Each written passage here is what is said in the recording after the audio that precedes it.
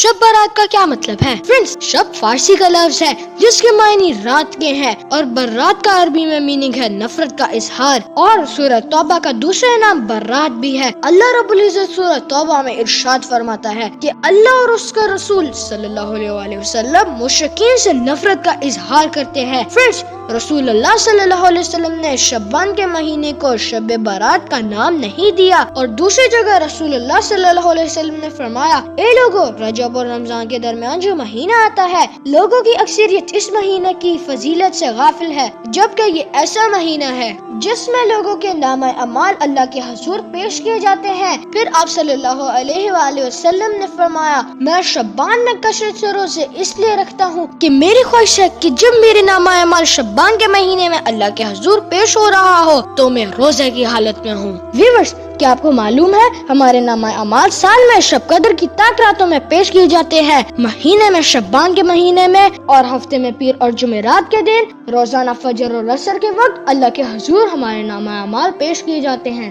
Reference book سنن نسائی حدیث number 2359۔